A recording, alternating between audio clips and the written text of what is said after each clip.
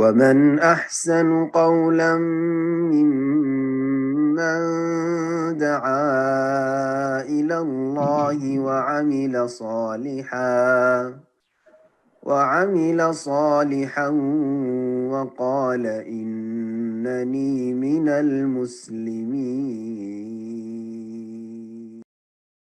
SK Abdul Hamid, জি আপনার phone unmute হয়েছে, প্রশ্ন করুন। জি আমাদের সিস্টেম ঠিক আছে। আসসালামু আলাইকুম। ওয়ালাইকুম আসসালাম ওয়া রাহমাতুল্লাহি ওয়া বারাকাতুহু। জি কলকাতা থেকে বলছি। বলেন।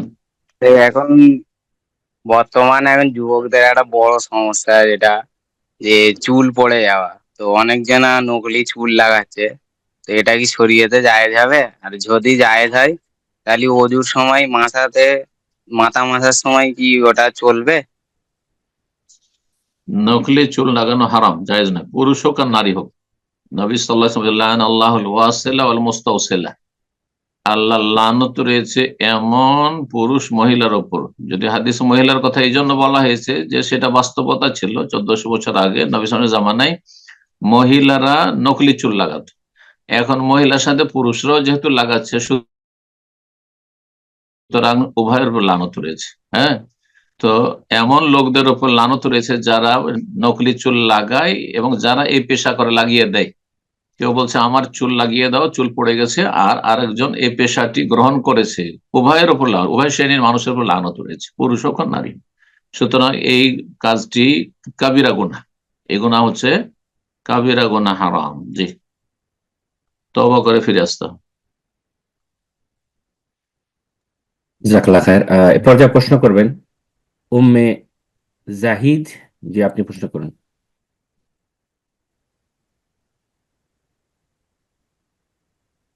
উম্মে জাহিদ, জি আপনার ফোনটা আনমিউট করে নিন, প্রশ্ন করুন।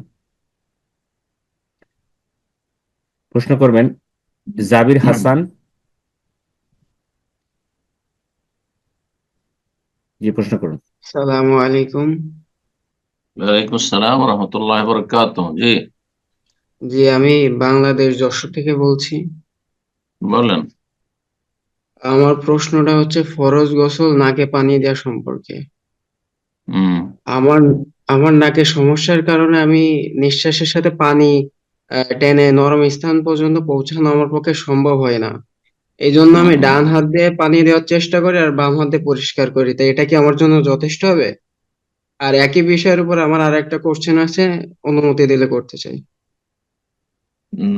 নাকে পানি দেওয়া সুন্নাতে মুআক্কাদা না ফরজ, এতে ইখতিলাফ রয়েছে, কিন্তু এই ক্ষেত্রে সতর্কতা হচ্ছে যে নাকে পানি দেবেন। কারণ নবী সাল্লাল্লাহু আলাইহি ওয়াসাল্লাম তাকিদ করেন ওয়াল বালিগ ফিল ইসতিনশাক ইল্লা আন তাকুনা সায়মান।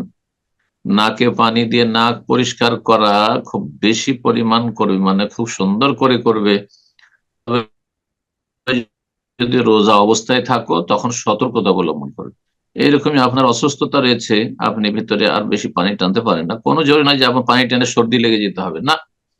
নাকে যতটা মোটামুটি ছিদ্র আছে আপনি স্বাভাবিক পানি দিলেন, ডান হাতে পানি দিলেন, বাম হাতে পরিষ্কার করলেন, যেটা বললেন যথেষ্ট, ইনশাআল্লাহ যথেষ্ট। এক কথায় নাকের ছিদ্রের ভিতরে পানি গেছে আর তারপরে সেটা পরিষ্কার ফেলেছেন, এটা যথেষ্ট আছে। একবার সিঁড়ি করে টান দিতে হবে না, না কোনো প্রয়োজন নেই। জি জি, আমার দ্বিতীয় কোশ্চেনটা হচ্ছে, রোজা অবস্থায় আমরা কুলি ও নাকে পানি। হ্যাঁ, দেবেন দেবেন, নাকে পানি দাও, কলে দাঁত, হাদিস তো বলে দিলাম। কিন্তু বাড়াবাড়ি করবেন না, মানে বেশি টান দিবেন না যাতে ভিতরে পানি চলে যায়। এরকম গারগারা গড় করে গড়গড়া করবেন না, কুলি করবেন সতর্কতার সাথে। কুলি করা মানে পানিটা ভিতরে মুখের ভিতরে ঘুরানো, এই নয় যে কুলি করা মানে করতে হবে না, ওটাও বাড়াবাড়ি। কিন্তু সব বাড়াবাড়ি অনেক লোকেরা করে, এটা ঠিক না। জি, আর রোজা অবস্থা একেবারে ঠিক না। জাযাকাল্লাহ খায়ের। প্রশ্ন করবেন খালিদ হাসান, জি আপনি প্রশ্ন করুন।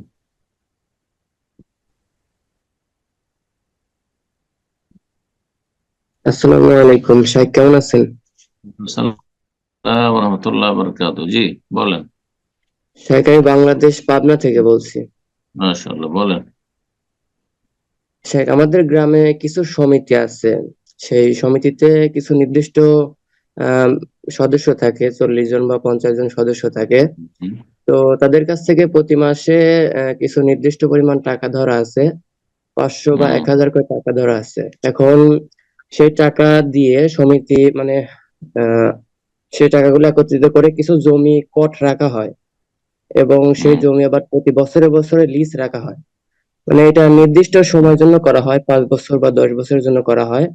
10 বছর পরে এটা কট হচ্ছে কট কট কট কট মানে বন্ধক। কট মানে হ্যাঁ বন্ধক আপনাদের ভাষায় যেটা কট বলছেন, তাই না? যে হ্যাঁ, জমি রেখে বন্ধক নিল, বন্ধক রাখা ফসল হয়। খেলো, ওই টাকাটা ওদেরকে দিয়েছে, ধার দিয়েছে, তারপরে উঠিয়ে নেয় তাদের কাছে, এটাই তো? হ্যাঁ হ্যাঁ, এটা ওই জন্য হারাম আবার লিজ হারাম রাখা হয় প্রতি বছরে বছরে। হারাম হারাম। এই কট কট হারাম, জায়েজ নয়, সুদ এটা। লিজ পরের বিষয়, কিন্তু কটই হারাম, জায়েজ নয় এসব।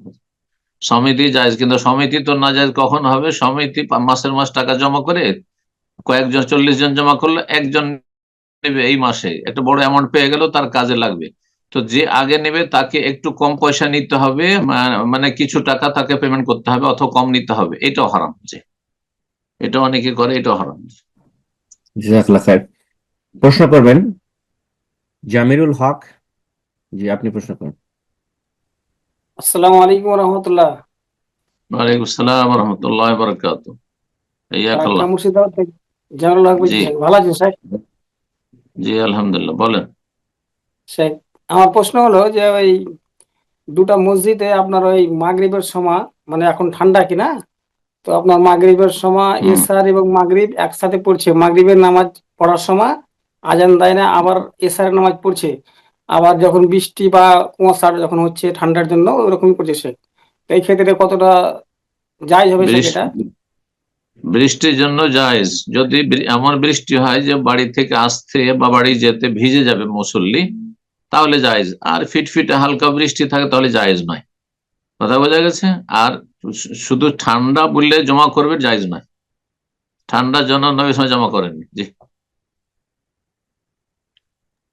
জাজাকাল্লাহ খায়ের। এ পর্যায়ে প্রশ্ন করবেন ভিপো V2037। আপনার পার্টিসিপেন্ট লিস্টের নাম আছে, আপনি প্রশ্ন করুন।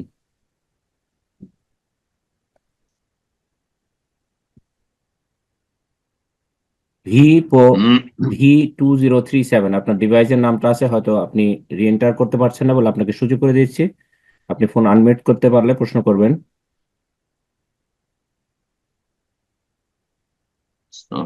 জি, আসলে আমরা অন্যজনকে সুযোগ করে দিই। এটাই একটা কারণ যে আমরা হয়তো অনেকে বুঝতে পারি না, নাম এন্টার না করলে যে আমাকে মেনশন করা হচ্ছে বিধায়। পরবর্তীতে আমি রিকোয়েস্ট করব যারা প্রশ্ন করবেন অবশ্যই আপনাদের সুন্দর একটা নাম এন্টার করবেন প্রশ্ন করার পূর্বে। প্রশ্ন করবেন রিয়াজ আলী। জি, আপনি প্রশ্ন করুন।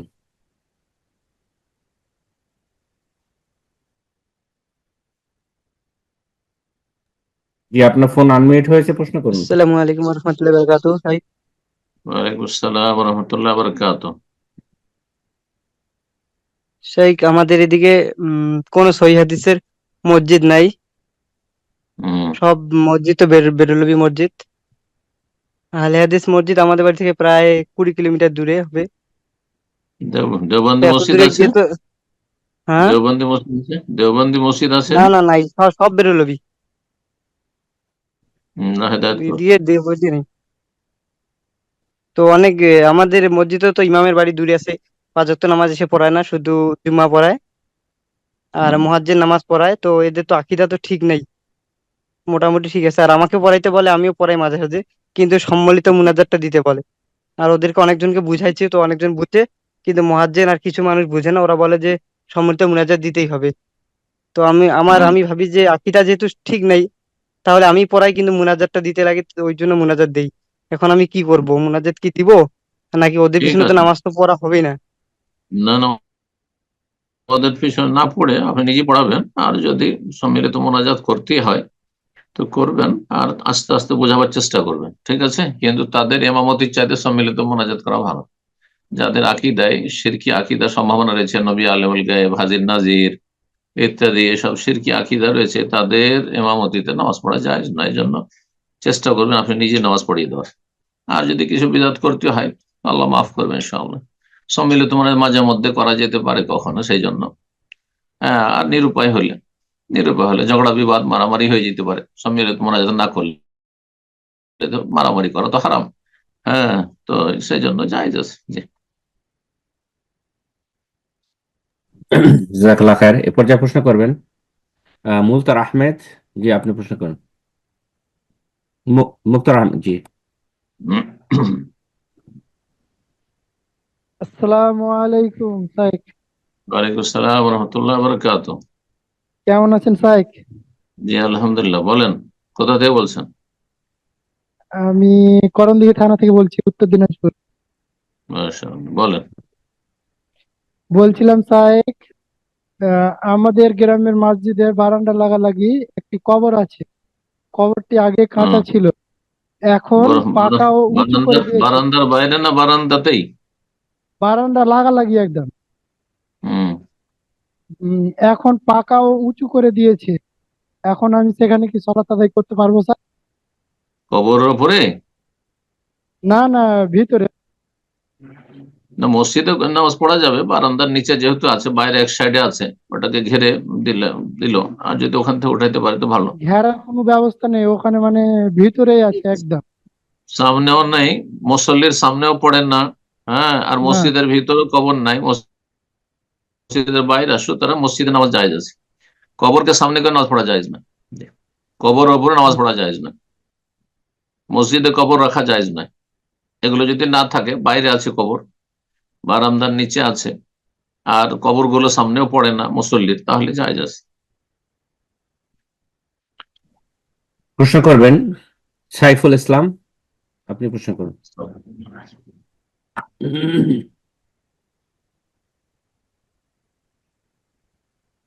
সাইফুল ইসলাম, ফোনটা আনমিউট করে নিন, প্রশ্ন করুন।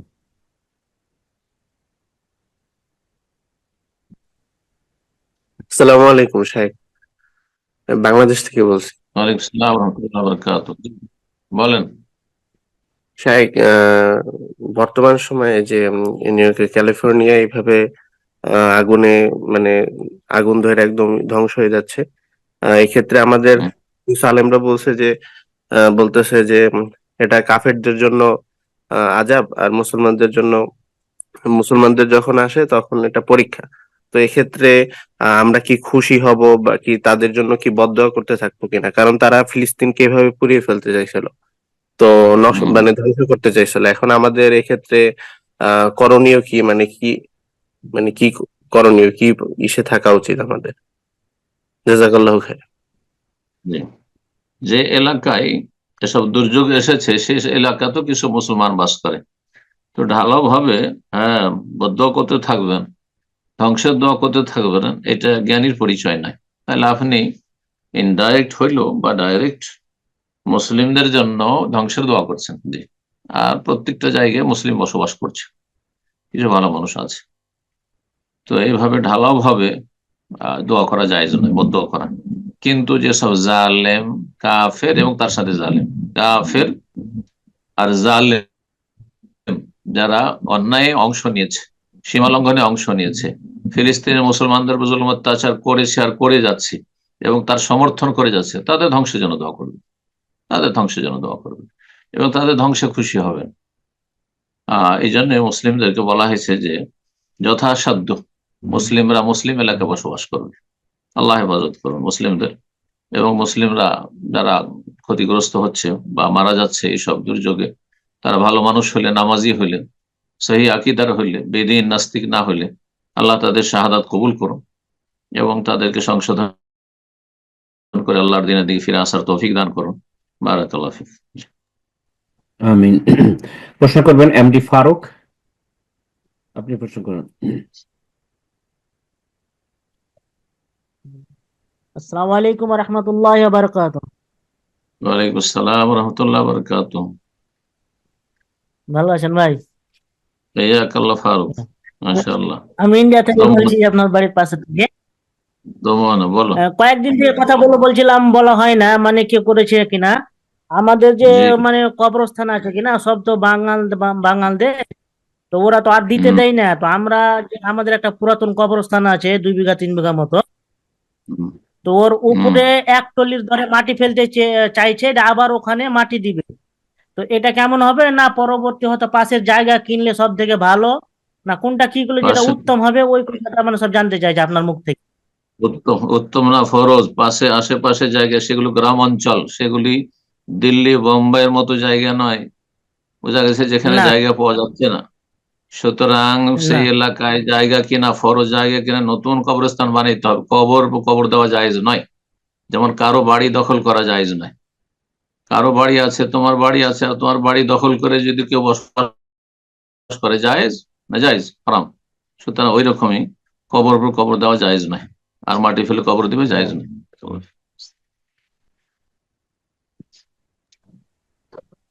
জাজাকাল্লাহ খায়ের। এরপর যা প্রশ্ন করবেন আবুল খায়ের SK, জি আপনি প্রশ্ন করুন। আসসালামু আলাইকুম রহমতুল্লাহ বারকাতুহ। ওয়ালাইকুম আসসালাম রহমতুল্লাহ বরকাত। জি থেকে মহতরম, আমি মুর্শিদাবাদ জেলার বাসিন্দা, এখন বর্তমানে খুলনাতে অবস্থিত। জি তো আমার প্রশ্নটা ছিল যে আমি যখন থেকে দিন ও ইসলামকে বুঝি, আর নামাজ সালাতটা যেটা ফরজ, মানে জামাতের সঙ্গে যেটা মানে অতীত গুরুত্বর সঙ্গে, কিভাবে আমি এখান থেকে 3-4 বার যাওয়ার চেষ্টা করেছি, মানে এখান থেকে চলে গিয়েছিলাম যে আমি সালাদটা যেন কতটা আদায় করতে পারি। তো এই ক্ষেত্রে আমি 4-5 বারে ব্যর্থ হয়ে আবার এখানেই চলে আসতে হয়েছে। তো এখন আমার করণীয়টা কি হবে?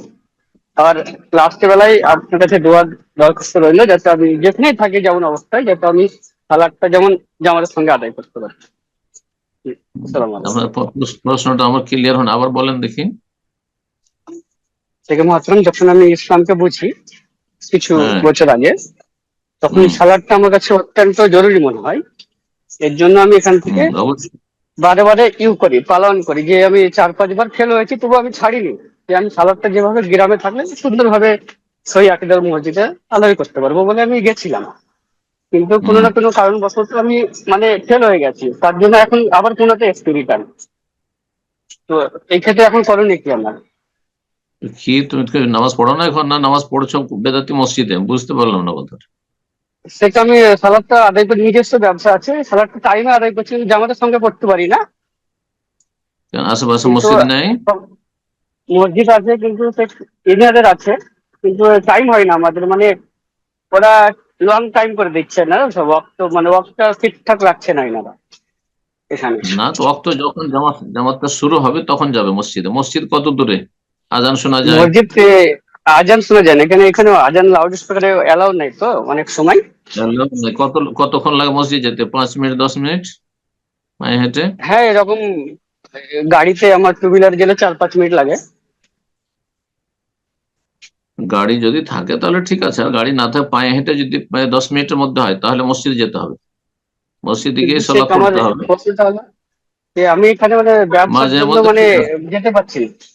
ব্যবসা বন্ধ করে দিতে হবে, নিজের ব্যবসা না, হ্যাঁ আছে, দোকান বন্ধ কিন্তু করে যেতে সন্ধ্যের হবে। টাইমে আমাদের এটা মানে হচ্ছে আর কি, বন্ধ করে যেতে কাস্টমারটা হবে, আল্লাহ বেশি হচ্ছে। বলছেন। পাশেই আমার রুম আছে। একা একা পড়া যাবে না, তাহলে আশেপাশে যে মুসল্লিরা আছে ওখানে মুসাল্লা বানিয়ে একটা প্রেয়ার হল বানিয়ে ওখানে সাথে নিয়ে নামাজ পড়তে হবে। ঠিক আছে, আশা যথাসাধ্য করি চেষ্টা করবো। জাজাকাল্লাহ খায়ের, আশা করি প্রশ্ন ক্লিয়ার হয়েছে। শেখ উনি কথা বলছিলেন, কি আনমিউট করে দিব না? ঠিক আছে এ পর্যন্ত। না না, যথেষ্ট জি জাজাকাল্লাহ খায়ের। হয়ে গেছে। আমি বললাম যে যথাসাধ্য চেষ্টা করে মসজিদে যাওয়ার, আর মাঝে মধ্যে কখন হয়তো পড়লো অথবা এখানে পড়লে একটা মুসাল্লা বানিয়ে নেবে, যেখানে 2-4 জন আরো আছে আশেপাশে মুসল্লি, ওদেরকে নিয়ে জামাত করবে। একা একা সবসময় পড়বে সবসময় না, ব্যবসার জন্য। ব্যবসা 1 নম্বরে, নামাজ 2 নম্বরে, এটা চলবে না। জামাত সহকারে নামাজ পড়তে হবে যথাসাধ্য। জি, বারাকাল্লাহ ফিকুম। আওয়াজ ক্লিয়ার আসছে তো না? জি জি জি, এখন ঠিক আছে শেখ, জাজাকাল্লাহ খায়ের। তো ইনশাআল্লাহ এ পর্যায়ে আমরা আরেকজনকে সুযোগ করে দিয়েছি, প্রশ্ন করবেন আরিক, ক্যালিফোর্নিয়া থেকে। জি আপনি প্রশ্ন করুন। আসসালামু আলাইকুম শেখ।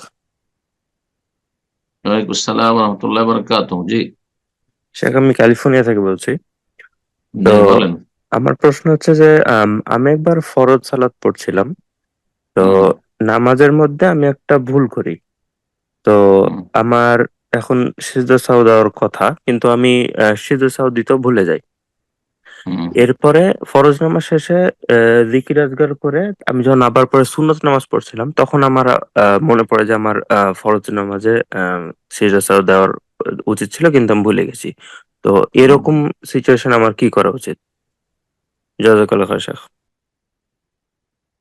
কোনো আপনার ওয়াজিব ছুটে গেছে? আমার যতদূর মনে পড়ে আমার রাকাত সংখ্যা নিয়ে সন্দেহ হচ্ছিল। সহজ সিজদা করা ওয়াজিব, এরকম ক্ষেত্রে সহজ সিজদা ওয়াজিব, কিন্তু সহজ সিজদা ভুলে গেলে আর যদি দীর্ঘ সময় হয়ে যায় তাহলে পুনরায় সালাত আদায় করতে হবে না। হ্যাঁ, সালাত হয়ে যাবে। কিন্তু ওখানে যদি মুসাল্লায় থাকেন, মসজিদে থাকেন, তাহলে পুনরায় দুটো সহজ সিজদা করে নেবেন আর তারপরে তখন সালাম ফিরবেন। জি, তো ওখানে যখন ছিলেন, যদিও সুন্নাত পড়ে নিয়েছেন, সহজ সিজদা করে নেন, সালাম ফিরবেন। আল্লাহ তাআলা আ'লাম। প্রশ্ন করবেন আব্দুল্লাহ, আপনি প্রশ্ন করুন। আসসালামু আলাইকুম শেখ। ওয়ালাইকুম আসসালাম ওয়া রাহমাতুল্লাহি ওয়া বারাকাতুহু। আমি ঢাকা থেকে বলছিলাম। আমার প্রশ্ন জি। হচ্ছে হুরমাতুল মুসাহারা নিয়ে। আমার এক হ্যাঁ। হানাফি বন্ধু আছে, সে শাশুড়িকে স্পর্শ করতে নিয়ে হচ্ছে কিছুটা উত্তেজনা অনুভব করে। সে আমাকে জিজ্ঞাসা করায়, আপনার ভিডিওটাকে দেখায় যেখানে বলেছিলেন যে হচ্ছে এটা হচ্ছে হানাফি মাযহাবের ভুল ফাতোয়া। এখন হচ্ছে সে আরো কিছু হাদিস সম্বন্ধে জানতে পারে। একটা হাদিস হচ্ছে হযরত মুহাম্মদ সাল্লাল্লাহু আলাইহি সাল্লাম বলেছেন, যে ব্যক্তি কোনো মহিলার লজ্জাস্থানের দিকে তাকায় তাহলে তার মা এবং মেয়ে তার জন্য হারাম হয়ে যায়। আর আরেকটা হাদিস হচ্ছে বুখারী শরীফ থেকে নেওয়া হয়েছে, যেখানে আবু হুরায়রা, আহ, আহ, বিন হুসেন, যে জুবের বিন হাদিসটি আযিম। বললেন সহিহ নয়, ওই হাদিসটি যেটা বললেন সহিহ হাদিস নয়। জি। আচ্ছা আচ্ছা, তো হচ্ছে এই তো, বুখারীতে কি আছে বলেন, বুখারীতে কি আছে বলেন। জি জি, আছে হচ্ছে আবু হুরায়রা, আর হচ্ছে বিন হুসেন, জুবের বিন যায়েদ। অধিকাংশ সাহাবীদের মতে কোনো ব্যক্তি যদি তার স্ত্রীর মায়ের সাথে জিনা করে তাহলে হচ্ছে সেই স্ত্রী তার উপর হারাম হয়ে যায়। আর হানাফিরা বলে যে হচ্ছে স্পর্শ, যদি হচ্ছে জিনা দ্বারা হারাম হয় তাহলে স্পর্শ দ্বারাও হারাম হবে।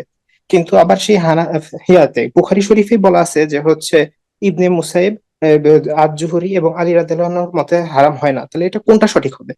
আর আমার বন্ধু এটাই হানাফি ঠিক, হলেও এটাই সে ঠিক। হচ্ছে যেটা মাযহাবের ইমাম মুসলিম আলী রাদিয়াল্লাহু, এটাই ঠিক। সাহাবায়ে কেরামদের অধিকাংশ বলতেন এতে হারাম হয়। হুরমাতে মুসাহারা বলে কিছু নেই ইসলামে। জি, বৈবাহিক আচ্ছা আমার, সম্পর্ক। জি। জি জি, চলেন তাহলে আমার ছাড়েন। যে জি। হানাফি ফতোয়া ছাড়েন, হানাফি ফতোয়া ঠিক নয়। জি। মানে আমার যে বন্ধুটা আছে উনি কিন্তু হানাফি, উনি হচ্ছে যদিও হচ্ছে কোরআন হাদিসের থাকতে আলোকেই যে দেন, হানাফি থাকতে দেন, বিদায়াত হইলো হইলো, না হলে থাকতে দেন। আপনার কি তাতে? ঠিক নয় তার ফতোয়া, তাদের ফতোয়া। জি। জাযাকাল্লাহ খায়ের। প্রশ্ন করবেন সাদ, আপনি প্রশ্ন করুন। আসসালামু আলাইকুম ওয়া রাহমাতুল্লাহি ওয়া বারাকাতুহু। ওয়া রাহমাতুল্লাহি ওয়া বারাকাতুহু। জি। জি শাইখ, আমি বাংলাদেশ রাজশাহী থেকে বলছিলাম। জি বলেন। আচ্ছা, আমার প্রশ্ন হচ্ছে যে যে মসজিদগুলোতে মোনাজাতের বিদআত হয়, এই মসজিদগুলোতে দান করা যাবে কিনা? আর দান প্রয়োজন, সম্পর্কে আরেকটা। আপনি ওখানকার যদি মুসল্লি হন আর ওই গ্রামে বাস করেন তাহলে দান করতে পারবেন, যদি কিছু বিদআত হচ্ছে। কারণ মোনাজাতের বিষয়টি যেহেতু অনেকে ইখতিলাফ করেছেন, আর তারপরে সেটা যদি বাধ্যতামূলক না মনে করে, সেটাকে যদি সুন্নত মনে না করে, মাঝে মাঝে জায়েজ মনে করে, হ্যাঁ, আর কেউ ছেড়ে দিলে তার উপর আপত্তি না করে, তাহলে অত বড় ভুল নয়। যদিও ভুল, মানে সুন্নত নয় আসলে। এই জন্য সেটার জন্য দান করতে পারা যাবে না, এরকম সংকীর্ণতা ইসলামে নেই। আপনি ওই গ্রামের মানুষ দান করবেন, কিন্তু দূর থেকে দান করতে যাবেন না। আপনি দূরে বসবাস করেন, তো বেদাতি মসজিদে কেন দান করতে যাবেন? কারণ সেখানে দান করতে আপনি বাধ্য হন। মেলা কোরআন সুন্নাহ অনুসারীদের মসজিদ আছে, সেগুলো দান করবেন আপনি। কিন্তু সেই গ্রামের আপনি বাসিন্দা, তার আত্মীয় স্বজন, ওখানকার মুসল্লিরা যারা এই কিছু বিদআত করে, সেখানে আপনাকে বাস করতে হবে। সুতরাং তাদের সহযোগিতা প্রয়োজন, পরস্পর সহযোগিতা, সহানুভূতি ইত্যাদি। সুতরাং দান করতে পারবেন। দান সম্পর্কিত আরেকটা প্রশ্ন ছিল শাইখ, যদি অনুমতি দিতেন। বলেন।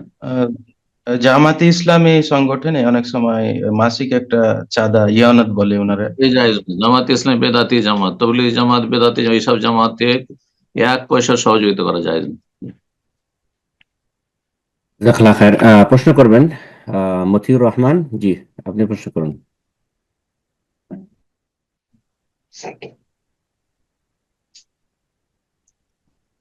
জি, মতিউর রহমান, জি আপনি প্রশ্ন করুন।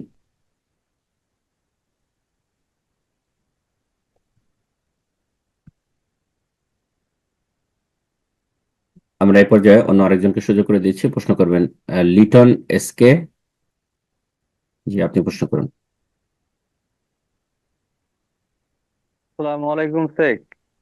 ওয়ালাইকুম আসসালাম রহমতুল্লাহ বারাকাতুহ। জি আমি মুর্শিদাবাদ জঙ্গিপুর কাঁকড়িয়া থেকে বলছি শেখ। বলেন। আমরা রাজমিস্ত্রি কাজ করি, হুগলিতে আছি আপাতত। তো প্রশ্নটা হচ্ছে, কোন মন্দিরে কাজ ধরে কাজ করা যাবে এবং তুলসী মঞ্চ যারা মানে পুজো করে সকাল সন্ধ্যা হিন্দুরা, ওই তুলসী মঞ্চ তৈরি করা যাবে এইটা। আর আমাদেরই অনেক মুসলিম ভাইরা আছে। আপনি কি ওই কাজ করতে বাধ্য?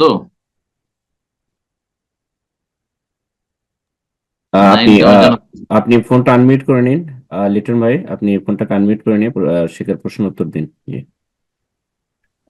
আমার মানে আরো কিছু আছে মিস্ত্রি, যেহেতু আমাদের মুসলিম লাইনেই মিস্ত্রিরা, তো অনেকেই আপনি কি ওই কাজ করতে বাধ্য? আমি প্রশ্ন উত্তর দেন, আপনি কি ওই কাজগুলি করতে বাধ্য? না না না, বাধ্য নয় তো জায়েজ নয়। আচ্ছা।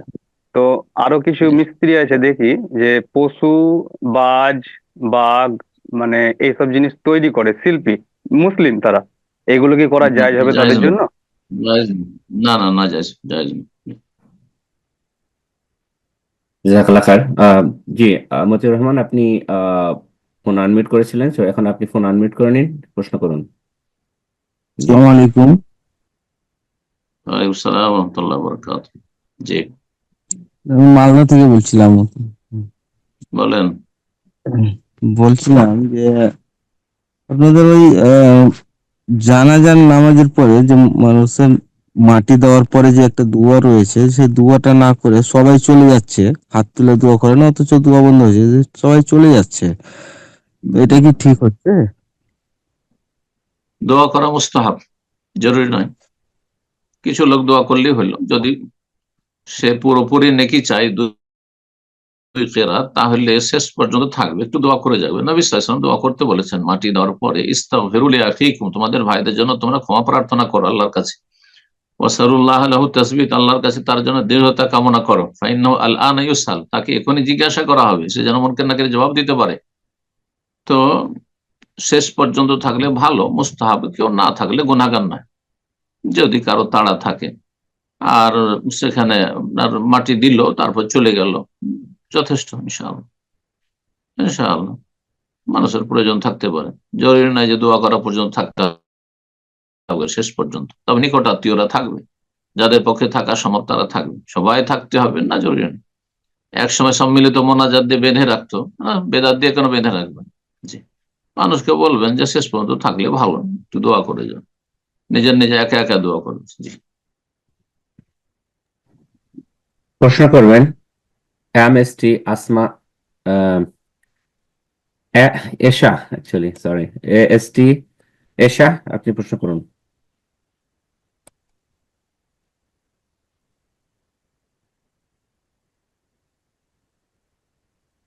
জি এমএসটি এশা, আপনি প্রশ্ন করুন। আপনার ফোন আনমিউট হয়েছে, প্রশ্ন করুন। জি আবার আনমিউট করে নিন, ফোনটা মিউট করে ফেলেছেন। জি প্রশ্ন করুন। আসসালামু আলাইকুম শেখ। আসসালামু রহমতুল্লাহ বারাকাতুহু। জি বাংলাদেশ থেকে বলতেছি। বলেন। শেখ, আমার একটি প্রশ্ন ছিল হাইজ সম্পর্কে। বলেন। এ বিষয়ে আপনার লেকচার গুলো শুনেছি, কিন্তু আমি ক্লিয়ার হতে পারছি না। প্রশ্নটি হলো, আমার হাইজ শুরু হয়ে একাধারে 3 দিন থাকে, তারপর বন্ধ হয়ে যায়, এরপর পঞ্চম অথবা ষষ্ঠ দিনে আবার যে কোনো এক সময়ে একবার হাইজে রক্ত আসে, এরপর সাথে সাথে আবার বন্ধ হয়ে যায়, কিন্তু 9-10 দিন পর্যন্ত বাদামি রঙের মতো কিছু আসে। এমতো অবস্থায় আমি কতদিন হাইজ ধরবো? জি, এটা আমার প্রশ্ন। আগের অভ্যাস আপনার জীবনের প্রথম দিয়ে কয়দিন অভ্যাস ছিল? জি সাহেব, আমার তো মনে নাই, সেটা আমি বলতে পারবো না। না তো আমি কি আমাকে বলবো? আপনাকে অভ্যাস খুঁজতে হবে। এখন মা খালা জিজ্ঞেস করুন কয়দিন মানে অভ্যাস ছিল, আমার যে 6 দিন 6 দিন 7 দিন অভ্যাস ছিল সেটা হাইজ, আর তারপরে তখন যে বাদামি রং দেখছেন সেটা হাইজ নয়। জি সাহেব, অভ্যাসকে ফলো করবেন আগে। জি আর এই সাহেব, যে আমি দুদিন তো তিন দিন আমি যখন 2 দিন 3 দিন সাবালক পর হয়েছি। আপনার ব্লিডিং শুরু হলো তখন আবার নামাজ বন্ধ করে দিবেন। মাঝখানে 2 দিন 3 দিন যখন বন্ধ হয়ে গেছে আর কিছু দেখছেন না, গোসল করে সালাত পড়বেন। সহজ বিষয়। যখন পবিত্র কিছু দেখছেন না, গোসল করে সালাত শুরু করে দেবেন। আবার কিছু দেখতে লাগলেন তখন আবার নামাজ ছেড়ে দিবেন। আবার বন্ধ হয়ে গেল তখন আবার করবেন। যে বাদামি রং যদি পবিত্রতার পিরিয়ডে থাকে, মানে মাসিকের সময় শেষ হয়ে গেছে, তাহলে সেটা কোনো অসুবিধা নেই, সেটা মাসিক নয়। কিন্তু প্রথম দিকে যদি থাকে বাদামি রং বা দ্বিতীয় তৃতীয় দিনে আপনার অভ্যাসের ভিতরে, তাহলে সেটা মাসিক। জি। জাজাকাল্লাহ খায়ের। প্রশ্ন করবেন এমডি মাসুদ রানা। জি, আপনি প্রশ্ন করুন।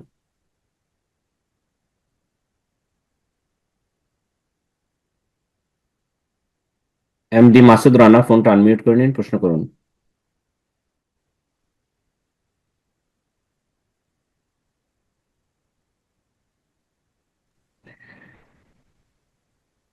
ওকে, জি আপনার ফোন আনমিউট হয়েছে, প্রশ্ন করুন। আসসালামু আলাইকুম। সাউন্ডটা ক্লিয়ার না, মাইকটা কাছে নিয়ে কথা বলুন।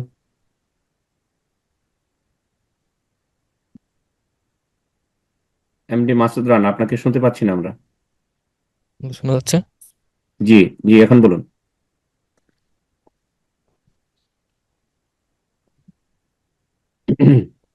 জি, আপনাকে সামান্য একটু শুনতে পাচ্ছি, হয়তো আপনার মাইক্রোফোনের প্রবলেম আছে, মাইক্রোফোনটা খুলে নিয়ে কথা বলুন, দ্রুত চেষ্টা করুন, সময় চলে যাচ্ছে। তো আপনার কথা অস্পষ্ট, আমরা শুনতে পাচ্ছি না। তো ইনশাআল্লাহ আমরা মনে হয় আরেকজনকে সুযোগ করে দিই, সময় শেষের দিকে যাচ্ছে। তো আপনি পরবর্তীতে চেষ্টা করবেন ইনশাআল্লাহ, মাইক্রোফোন চেক করে নিন ইনশাআল্লাহ। প্রশ্ন করবেন এসকে আফতাবউদ্দিন, আপনি প্রশ্ন করুন।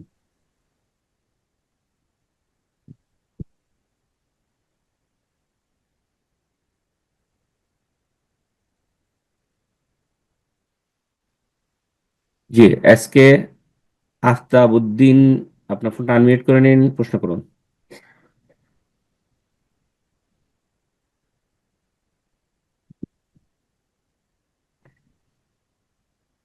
ইনশাআল্লাহ আমরা এই পর্যায়ে আরেকজনকে সুযোগ করে দিই, প্রশ্ন করবেন ফাইজুর রহমান।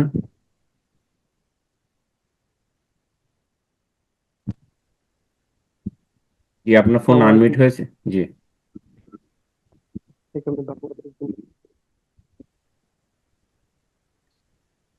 আপনাকেও আমরা ক্লিয়ার শুনতে পাচ্ছি না, মাইকগুলো ঠিক করে নিন। ফাইজুর রহমান,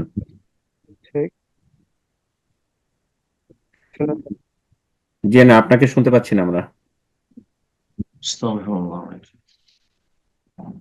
ওকে, প্রশ্ন করবেন রোবায়েত সামিরিন। জি, আপনি প্রশ্ন করুন।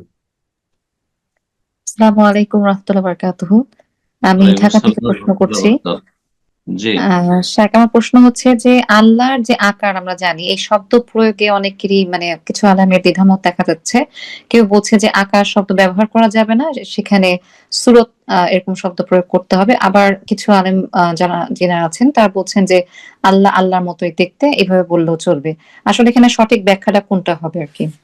আসসালামু আলাইকুম রহমতুল্লাহ বারকাতুহু। আল্লাহর সুরত মানে আকার। আল্লাহর সুরত মানে আকার। জি।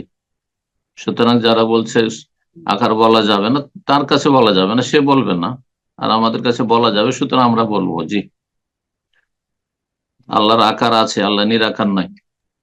নিরাকার কথাটি কুফরি কথা, কিন্তু নিরাকার যখন নয় তো একটা তো আছে না, এটাও নয় ওটাও নয়, এটা ভুল কথা। জি, আল্লাহর আকার আছে, সুরত মানে আকার হয়। জি। প্রশ্ন করবেন নজরুল ইসলাম। জি, আপনি প্রশ্ন করুন। আসসালামু আলাইকুম ওয়া রাহমাতুল্লাহ। ওয়ালাইকুম আসসালাম রহমতুল্লাহ বরকাতুহু। জি, আল্লাহ তাআলার জন্য আপনাকে অনেক বেশি ভালোবাসি। আহাব্বাকুমুল্লাহ, বারাকাল্লাহু ফিক। বলেন কোথা থেকে? শাহেখ, আমি বাংলাদেশ ময়মনসিংহ নেত্রকোনা থেকে বলতেছি। বলেন। শাহেখ, আমার একটা প্রশ্ন হচ্ছে যে বেনামাজি কাফের, তো মানে যারা নামাজ পড়ে না বা এক ওয়াক্ত ছেড়ে দেয়, মানে এক ওয়াক্ত ছেড়ে দিলে কি কাফের?